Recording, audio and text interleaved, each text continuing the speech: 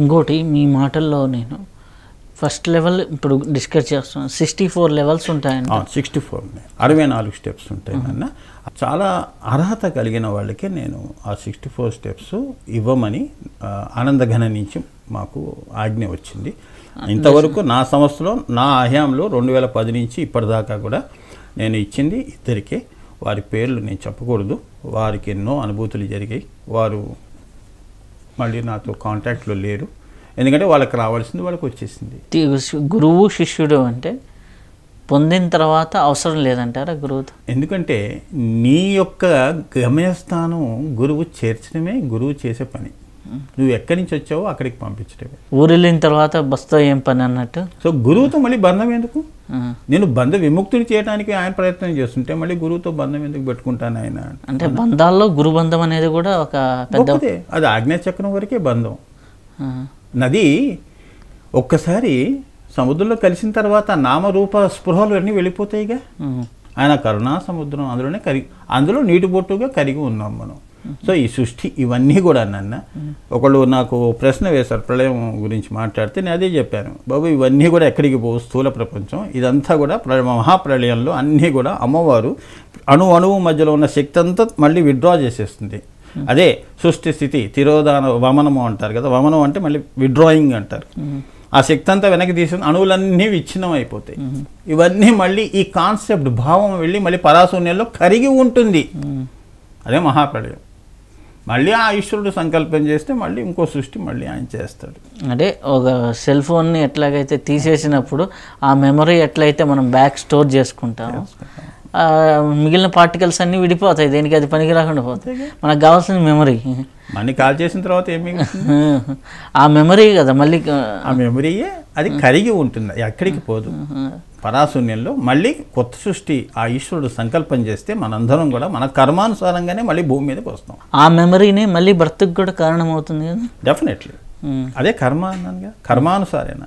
ఇప్పుడు నేను యోగం చేసినా చేయకపోయినా కూడా నేను ఎటో ఆఖరిలో నాకు అమ్మవారు లయమే ఇస్తుంది కదా స్వామి, నేను ఎందుకు ఇప్పుడు కష్టపడాలి అని చెప్పి కొందరు మహానుభావులు అతి తెలివితేటలుగా ప్రశ్నలు వేసేవాళ్ళు కూడా ఉన్నారు. సరే ఇప్పుడు నువ్వు ఎలా ఉంటావు అలానే ఉండు, కానీ మళ్ళీ వస్తావు కదా. ప్రతి సృష్టిలో నువ్వు ఉంటూనే ఉంటావు, ప్రతి సృష్టిలో ఉంటావు.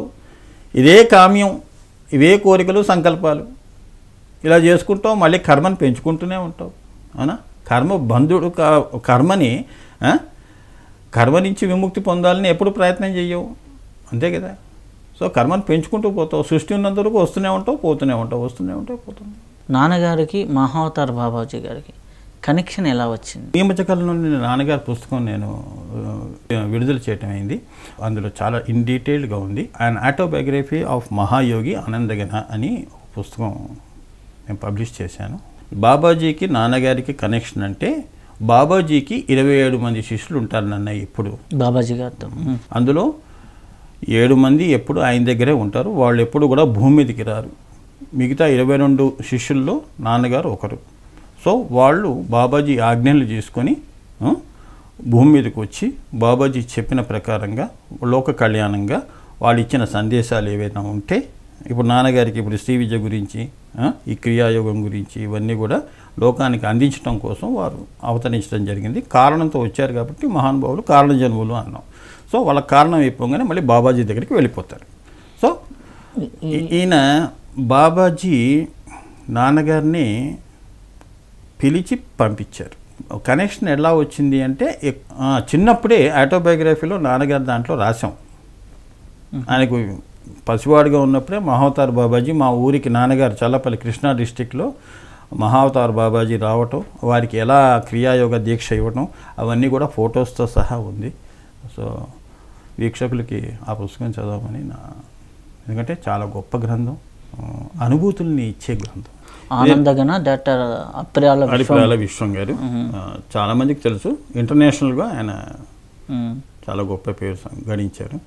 సో వారి జీవిత కథలో అన్నీ కూడా బాబాజీ ఎప్పుడు వారు కలవటం, వారు ఇచ్చిన సందేశాలు ఇందులో మేము వర్ణించడం జరిగింది. ఇంకోటి నేను గమనించింది, మహావతార్ బాబాజీ ఎక్కువగా వాళ్ళ రీసెర్చ్లో కానీ ఎక్కడైనా కానీ ఎక్కువ లెక్చరర్స్ని టీచర్స్ని చూస్ చేసుకుంటారు. ఎందుకంటే నేను చూస్ చేసిన చాలామంది గురువుల్లో లెక్చరర్స్ ఆర్ టీచర్స్ ఎక్కువ మంది ఉన్నారు, లేదా ఒక ప్రొఫెషన్లో సక్సెస్ఫుల్ పర్సన్స్ని తీసుకుంటారు. ఎందుకని? వీళ్ళంతా గురువులేగా. ఆయన మహాగురువు, వీళ్ళు గురువులు. ఈ గురువుని మహాగురువుని చేస్తున్నారు. లోక కళ్యాణం కూడా మళ్ళీ వీళ్ళని పంపిస్తున్నాడు. వీళ్ళ ద్వారానే ఈ లోకానికి ఎంతో మేలు జరుగుతుంది. అంటే పంపించినా కానీ వారు భౌతికంగా కూడా ఒక సక్సెస్ ప్రొఫెషన్లోకి వెళ్ళిన తర్వాతే వాళ్ళు ఇలా బుక్స్ రాయడం కానీ, వారు సాహిత్యం చెప్పడం కానీ. లారీ మాసయ్య ఉన్నారు, ఒక గవర్నమెంట్ ఎంప్లాయీ, ఒక సంసార జీవితంలో ఉంటూ అంత చెప్పగలిగారు. అది మహావతార్ బాబాజీ నేను చాలామంది ఫాలోవర్స్ నేను చూస్తున్నప్పుడు ఎక్కువ కూడా ఆ ప్రొఫెషన్స్ని ఎందుకు చూస్ చేసుకున్నారని నాకు ఉండే డౌట్ అనమాట. Only Babaji knows. Because soul వైజ్గా తీసుకుంటే, ఆత్మపరంగా తీసుకుంటే, ప్రొఫెషన్ పక్కన పెడితేనన్నా ఆత్మపరంగానే ఆ మహావతార్ బాబాజీ సెలెక్ట్ చేస్తాడు. అర్థమైందా? మనం అనుకుంటే ఆయన శిష్యులు మనం కాలేము. ఆయన యొక్క తలంపు రావాలన్నా కూడా వారి అనుగ్రహం ఉండాలి. అందరూ కనెక్ట్ కారు. జ్ఞానం అయితే సంపాదించుకుంటారు, చాలా గొప్ప ఇన్ఫర్మేషన్స్ ఇస్తారు. కానీ ఏంటంటే అనుభూతి పరంగా బాబాజీని అర్థం చేసుకోవడం అది ఆయన అనుగ్రహం మీద ఆధారపడి ఉంటుంది. సో మరి అటువంటి వాళ్ళు, మరి అనుగ్రహం పొందిన వాళ్ళు ఈ గురువులు కాబట్టి మరి వాళ్ళందరూ దే ఆర్ బ్లెస్డ్. అయితే నాన్నగారి పుస్తకాల మీద కానీ ఒక నాగపడిగా ఉంటుంది, అది మహావతార్ బాబాజీ దగ్గర నుంచి లభించింది. వచ్చింది మహావతార్ బాబాజీ హిమాలయాస్ నుంచి. దాన్ని కుండలిని రూపము అంటారు. అది బాబాజీ ఎప్పుడూ కూడా హిమాలయాస్లో ఏదైనా స్పిరిచువల్ గ్యాదరింగ్ అంటారు అనమాట, దర్బార్ అంటారు. దత్తాత్రేయులు వారు దర్బార్ చేస్తుంటారే, అవధూతలు చేస్తుంటారు. అటువంటి దర్బార్లు హిమాలయాస్లో హయ్యర్ ఆల్టిట్యూడ్స్లో జరుగుతూ ఉంటుంది. సో ఆయన చేతిలో ఒక కర్ర ఉంటుంది ఎప్పుడు. అది ఎలా ఉంటుంది అంటే సర్పాకార రూపంలో ఉంటుంది, కుండలిని రూపంలో ఉంటుంది. సో అది శక్తికి సంకేతం. ఆ సర్పాకారంలో ఉన్న దాన్ని ఇంగ్లీష్లో స్టాఫ్ అంటారు, STAFF, స్టాఫ్. బాబాజీ స్టాఫ్ అంటారు. అది ఒక శిష్యుడి ద్వారా నాన్నగారు అంటే మా ఇంటికి పంపించడం జరిగింది. ఈ మధ్యలో నేపాల్ మహారాజు వాళ్ళందరూ కూడా దాన్ని పూజలు చేయటం. నేపాల్లో కూడా మహావతార్ బాబాజీ ఒక టెంపుల్ ఉంది, వాళ్ళు చాలా గొప్ప భక్తులు, వాళ్ళందరూ కూడా మహావతార్ బాబాజీ శిష్యులే. అంటే వారు కూడా దీనికి పూజలు వాళ్ళు చేశారు. అక్కడి నుంచి మళ్ళీ అది ఇండియాలోకి పలానా చోటికి వెళ్ళాలని చెప్పి మహావతార్ బాబాజీ వాళ్ళ శిష్యుడికి ఫిజికల్గానే ఉన్నాడు అండి, అంటే నాట్ యాస్ట్రల్ డిసైపుల్స్, ఫిజికల్గా ఉన్న అతనికి చాలా జాగ్రత్తగా బాబాజీ కమాండ్ని పాటించి తిన్నగా నా యొక్క శిష్యుడు ఆనందగని ఇంటికి తీసుకెళ్ళని చెప్పి ఆజ్ఞ చేశారు. సో ఆయన చాలా పవిత్రంగా తీసుకొచ్చి 1980స్లో మా ఇంట్లో మా నాన్నగారికి ఇవ్వటం జరిగింది. అది మేము ఇప్పుడు కూడా ఉంది. చాలామంది భక్తులు దాన్ని దర్శనం చేసుకోవడానికి వస్తుంటారు. వాళ్ళు ఎన్నో పూజలు, అది అన్నీ ఇస్తుంది. కామ్య పూజలు ఫలిస్తాయి, నిష్కామ పూజలు కూడా ఫలిస్తాయి. బాబాజీ ఆ రకంగా కూడా ఇహ పర రెండు ఇస్తాడంటే ఇదంతా మన సంపద మనం కాపాడుకోవాలి. నాన్నగారు మాకు చెప్పేది అదే. మనం ఇచ్చేవాళ్ళం, మేము ఇక్కడ పుచ్చుకునే వాళ్ళంగా మనం వీఆర్ ఆల్వేస్ గివర్స్. మన బాబాజీ శిష్యులు కానీ మనందరం కూడా ఈ మార్గంలో, ఆధ్యాత్మికంలో మార్గంలో ఉన్న వాళ్ళందరూ కూడా చేతులు కట్టుకుని అందరం కలిసి వెళదాం. నువ్వు గురువు, నువ్వు ఎక్కువ, నేను తక్కువ అనే భావమే వద్దు. భేద బుద్ధి వద్దు. అభేద బుద్ధితో మనం లోక కళ్యాణంగా, అంతేగా సర్వే జనా సుఖినో భవంతు అంటూ దానివైపుగా ఈ సృష్టి అంతా పరిగెత్తేది. సో అలా వెళదాం, నవ్వుతూ వెళ్దాం, సంతోషంగా వెళ్దాం. సో ఇదంతా నేను అతి త్వరలో వాళ్ళందరికీ కూడా దర్శనం చేయిస్తాను. అది మేము రహస్యంగా ఉంచడానికి కోసం మేము పెట్టుకుంది కాదు, దర్శనం చేసుకోవచ్చు. అలాగే నాన్నగారు యంత్రాలను కూడా చూపిస్తా అన్నారు. ఎందుకంటే అంటే పర్సనల్గా నేను కొన్ని మీరు ఆ రోజు చూపించారు కాబట్టి దాంట్లో ఎంతో విజ్ఞానం ఉంది, చాలా ఉంది నాన్న. జామెట్రికల్గా ఉంది నాన్న. చాలా మంచి ప్రశ్న వేస్తాం. ఈ ఒక్క ప్రశ్నకి నేను జవాబు చెప్పవలసిన అవసరం ఎంతో ఉంది ఇప్పుడు ఈ సందర్భంలో.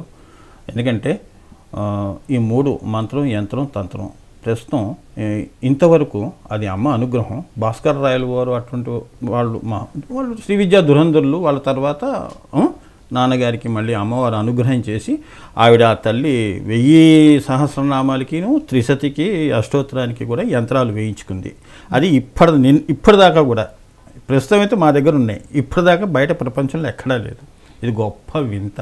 సో దర్శించిన వాళ్ళు, చూసిన వాళ్ళు, మరి ఇంత గొప్ప సంపద నేను ఇది మళ్ళీ లోకానికి ఇచ్చేసేయాలిగా.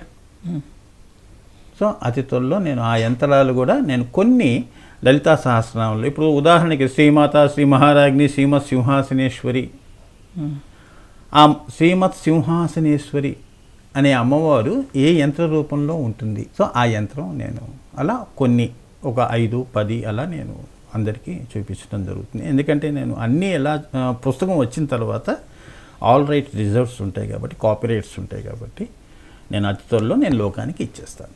1408 యంత్రాలు నాన్నగారు వేసినవి నేను లోకానికి ఆ పుస్తక రూపంలో ఇచ్చేస్తాను. నా అభిప్రాయం ఏంటంటే పిరమిడ్ అంటేనే శ్రీచక్రం.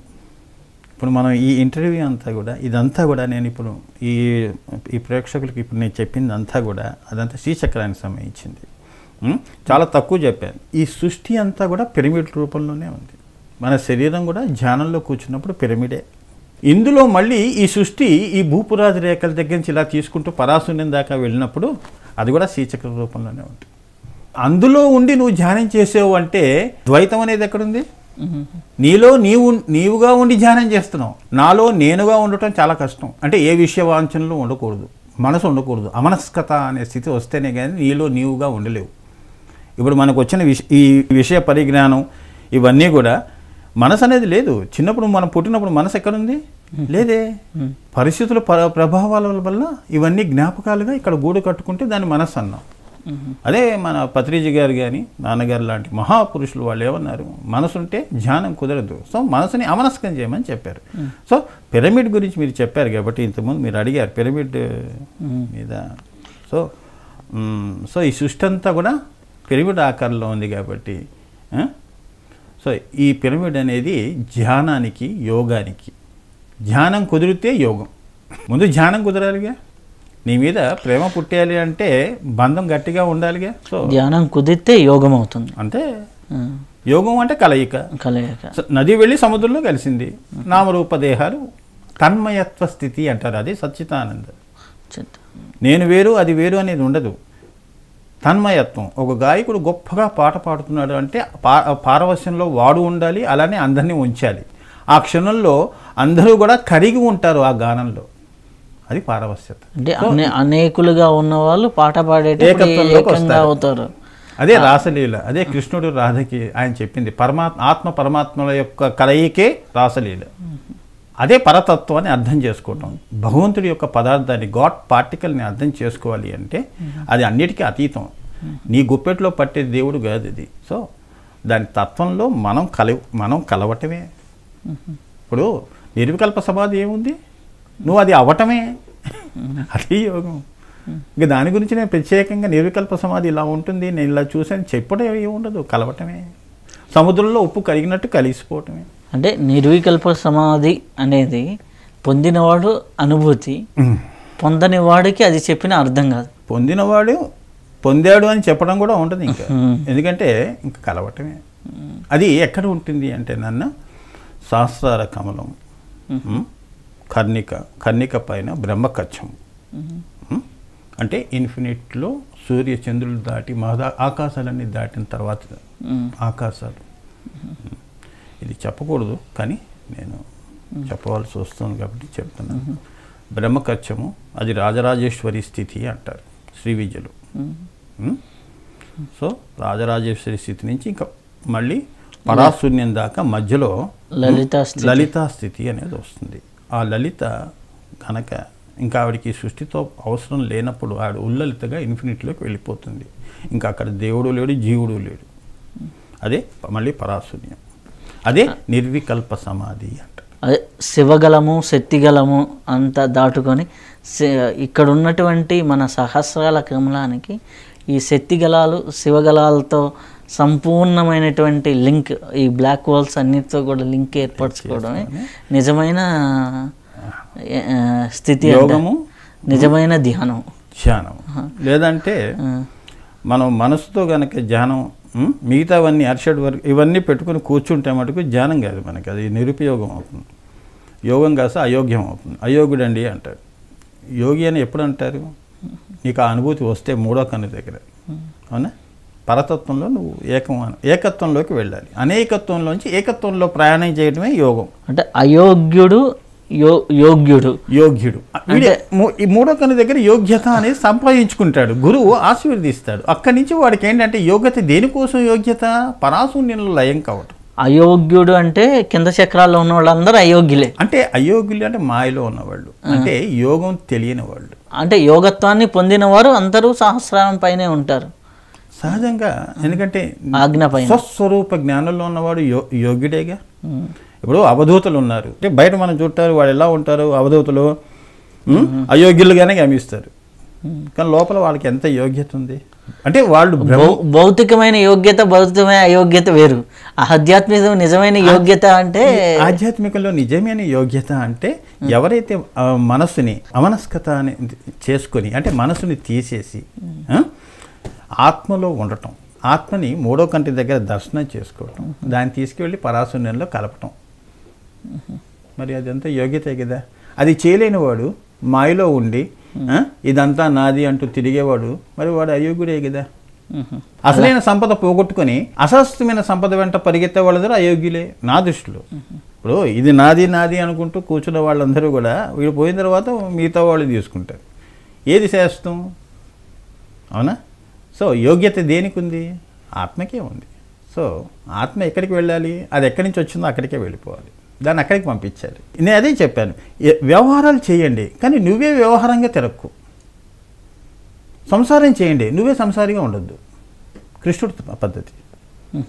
సో అప్పుడు నువ్వు ఎప్పుడు కూడా నీకు యోగ్యతే. అలా అని చెప్పి నేను సుఖపడకూడదని, సంసారం చేయొద్దని, అందరూ సన్యాసం పుచ్చుకోమని తిరగమని నేను ఎవరికి చెప్పట్లేదు.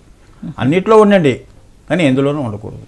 సూర్యుడు నీటిలో ప్రతిబింబం ఎలా కనిపిస్తుంది అలానే ఉండండి. జీవితం కూడా అంతే, ఇదంతా కూడా మాయ. ఇవాళ ఉండి రేపు తన దృశ్యం తన నశ్యం. ఏదైతే చూడబడుతుందో అది నశించిపోయే గుణం ఉంది కాబట్టి ఇవాళ చూసే ప్రపంచం రేపు ఉండదు. సో అశాస్త్రమైన దానికోసం ఎందుకు నాయన పరిగెత్తో? అది యోగ్యత లేదు నాయన, దానికి లేదు, నీకు లేదు, నిరుపయోగం. అవునా? మరి ఏదండి యోగం అంటే? ఏది ఉపయోగం అంటే ఆత్మని తీసుకెళ్ళు, అదే శాశ్వతం నాయన.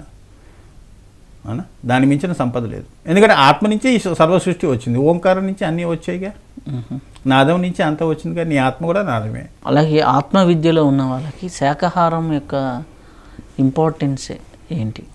వెరీ గుడ్, మంచి క్వశ్చన్ అన్న. ఎందుకంటే శాకాహారంలో తీసుకుంటే గుణాలు 3 రకాలు అన్న, సత్వ రజస్తమో గుణాలని. పూర్వం మన ఋషులు మునులు మహానుభావులు వాళ్ళు కేవలం శాకాహారం మీదే కేంద్రీకరించారు వాళ్ళ దృష్టి అంతా, వాళ్ళు దాని మీదే ఉన్నారు. మిగతావి ఏంటంటే నాన్న తమో రజోగుణాలని పెంచేవి, కొన్ని మిక్స్డ్గా ఉంటాయి. సో సాత్వికమైన ఆహారం ఏంటంటే సాత్వికమైన మనసుని, సాత్వికమైన మంచి ఆలోచనల్ని, స్వభావము, నా భావంలో ఉంచటం. సో శాకాహారం చాలా తోడ్పడుతుంది. ఇంకో విషయం, ఈ మనసు అనేది ఏదైతే ఉందో, దీన్ని ఏమంటారు, అరిషడ్ వర్గాలు అంటారు కదా, మనోబుద్ధి చిత్త అహంకారాలు ఏవైతే ఉంటాయో అవన్నీ కూడా ప్రేరేపించబడవు, దాన్ని శాంతపరచడం, దాన్ని తగ్గించటం. అప్పుడు ధ్యానం, యోగం, తపస్సు, తప్పించడం అనేది ఉంటుంది. అంతేగా. సో శాకాహారం అంటే మళ్ళీ ఇవన్నీ విజృంభిస్తాయి లోపల, మాంసాదులు ఇటువంటివన్నీ. అంటే మాంసాహారం తీసుకునే వల్ల ఆటోమేటిక్గా ప్రకోపాలు ప్రేరేపిస్తాయి, తప్పకుండా ప్రేరేపిస్తాయి. ఇది స్వానుభూతి అంటే ప్రతి వాళ్ళకి తెలిసిందే కదా. ఇప్పుడు నాన్ వెజిటేరియన్స్ అందరూ కూడా వాళ్ళకి స్వానుభూతి అయింది కదా, దాంట్లో స్వానుభవం స్వజ్ఞానం ఉంటుంది, వాళ్ళకే తెలుస్తుంది. వాళ్ళు తీసుకొచ్చి కూర్చోబెట్టి మెడిటేషన్ చేయమంటే వాళ్ళు ఏం చేస్తారు? వాళ్ళు ఎంతసేపు వాళ్ళ టైం చూసుకుంటూ ఉంటారు. మొత్తం దృష్టి అంతా బహిర్దృష్టి ఉంటుంది. ధ్యానం అనేది వాళ్ళకి చాలా కష్టం అనిపిస్తుంది. సో అదే మామూలుగా సాత్వికంగా ఉన్నవాడు ఏంటంటే మృదు స్వభావత ఎక్కువ ఉంటుంది కాబట్టి, చిన్నపిల్లాడు కాబట్టి చెప్పినట్టుగా ఎంతసేపు అన్నా అలా కూర్చుంటాడు, తప్పిస్తూ ఉంటాడు. దేని గురించి తపన? తప్పించడమే తపస్సు. భగవంతుడి గురించి తప్పించడమే తపస్సు. ముందు తపన అంటూ మనకి రావాలి కదా. అవునా? భక్తి ఉంటే తపన ఉంటుంది, భక్తి లేనప్పుడు తపన ఎక్కడి నుంచి వస్తుంది? ఆ వస్తువు కావాలి అనేది నీకు ఉండాలి, నేను నిన్న చూశాను అని చెప్పి ఆ భక్తి అనేది ఉండాలి. ఆ వస్తువు నా సొంతం చేసుకోవాలి, తపించాలి. ఆ తపస్సు మళ్ళీ పరిణితి చెంది ధ్యానం అవుతుంది. అవునా? రాధమ్మ లేదు, ఆవిడ గొప్ప ధ్యాని. అవునా? రాధాదేవి ఆ తల్లి అమ్మవారి స్వరూపం, కృష్ణుడి కోసం ధ్యానం ఇచ్చింది. ఎంత గొప్ప ధ్యానం అది. నీవు ఇప్పుడు కృష్ణుడు అవతారం చాలించినప్పుడు రాధమ్మ దగ్గరికి వచ్చి తన జ్ఞాపకంగా తన యొక్క వేణువుని రాధమ్మకి ఇచ్చాడు. నేను ఇంక అవతారం చాలించి ఆ సమయం ఆసన్నమైంది, ఇది నాకు గుర్తుగా ఉంచుకో అని చెప్పాడు. అప్పుడు ఆమె తల్లి అంది, నువ్వు ఇంకా వేరుగా అనుకుంటున్నావు. ద్వైతం అంటే ఆవిడ అద్వైతంలో ఉండి మన ఇద్దరం ఒకటేగా, శివశక్తులమేగా. అవునా? వాక్ అర్థ, వాక్ అర్థ రెండు విడదీయలేంగా. నేను ఆ ధ్యానంలో ఉన్నాను అంది. చాలా సంతోషిస్తాడు. నేను అనేది నీకు తెలుసుకున్నప్పుడు ఈ నేను ఎక్కడి నుంచి వచ్చింది, అదే ధ్యాస అని పత్రిజీ గారు పిరమిడ్ దాంట్లో చాలా గొప్పగా వాడు చెప్పారు. అది ఇవన్నీ కూడా ముందు విషయం తెలుసుకున్న తర్వాత మనకి ఏది ఉంచుకోవాలి, ఏది తీసేసేయాలనేది ఆ పరిజ్ఞానం మనకు ఉండాలి. లేదు అంటే ఇవన్నీ బుర్రలో పెట్టుకుంటే జ్ఞానం కుదరదు. అందుకే జ్ఞానం అవసరం. ఇప్పుడు ఈ నది నుంచి ఆ నదికి మనం దాటాలి, పడవ అవసరం కదా. పడవ లేకుండా ఎలా దాటుతాం? భగవంతుడి దర్శనం ఎలా చేసుకుంటాం? సో గురువు వస్తాడు నావికుడు రూపంలో, ఆ పడవలో తీసుకెళ్ళి ఈ యొక్క జ్ఞాన సాగరాన్ని ఇక్కడి నుంచి అటువైపు తీసుకెళ్తాడు, ఆ ఒడ్డు వైపు. ఇంక జ్ఞానం వదిలేసి ఇంకా అనుభూతే, స్వానుభూతి. జ్ఞానం కూడా ఒక బంధమే అంటారు, అంతే. గురువు కూడా ఒక బంధమే అంటారు. ఎందుకు మనకి ఇంకా ఇప్పుడు జ్ఞానం తీసుకుని ఏం చేస్తాం? అది నీకు ఎప్పుడు ప్రతిబంధకమే యోగంలో. నీ మార్గం ఎటు నిర్వికల్ప సమాధిను లయంలోకి వెళ్ళిపోవాలని కదా. అవునా? శ్రీ విద్యలో ఏమిటి? బహిర్యాగ, అంతర్యాగ, రహోయాగ, మహాయాగ అన్నారు. అవునా? ప్రాణం తీసుకెళ్ళి, ముఖ్య ప్రాణాన్ని తీసుకెళ్ళి ఎక్కడికి పంపిస్తున్నావు? పైకి పంపిస్తున్నప్పుడు నిర్వికల్ప సమాధిలోకి తీసుకెళ్ళాలి దాన్ని. ఇంకా అన్నప్పుడు ఇవన్నీ ఎందుకు? ఈ జ్ఞానం అవసరం లేదు నీకు. ఇంకా మూడో గని దగ్గర నీకు అన్ని నువ్వు సర్వజ్ఞుడివి, నీకు సర్వజ్ఞత అనేది వచ్చేసింది. ఇంకా జ్ఞానంతో నీకేముంది? నేనే జ్ఞాని, నేను చెప్పాను కదా, అన్నీ నేనే అనే భావం, అదే అహం బ్రహ్మాస్మి అన్నారు. ఆ స్థితి నీకు తెలుసుకుంటావు అంటే మదర్ రూట్ దగ్గరికి వస్తావు. ఓహో ఇదంతా మాయా, అనేకము, ఏకం నుంచి అనేకము, సూర్యుడి నుంచి ఇన్ని కిరణాలు వస్తున్నాయి, చంద్రుడు, చంద్రికలు ఇవన్నీ కూడా చంద్రుడి నుంచి వస్తున్నాయి అనే విషయం నిజమైన స్థితిలో స్వస్వరూప జ్ఞానం అనేది వస్తుంది. ఆ జ్ఞానం వల్ల పైకి ప్రయాణం మనం చేస్తాం. అంతేగాని ఈ కింద జ్ఞానం ఏంటంటే విషయ జ్ఞానం. ఇది విషయ జ్ఞానం, ఇది విస్తరించాలని ఆ అమ్మవారిని నేను మనస్ఫూర్తిగా ప్రార్థిస్తున్నాను. థ్యాంక్ యూ అండి, థ్యాంక్ యూ, కృతజ్ఞతలు.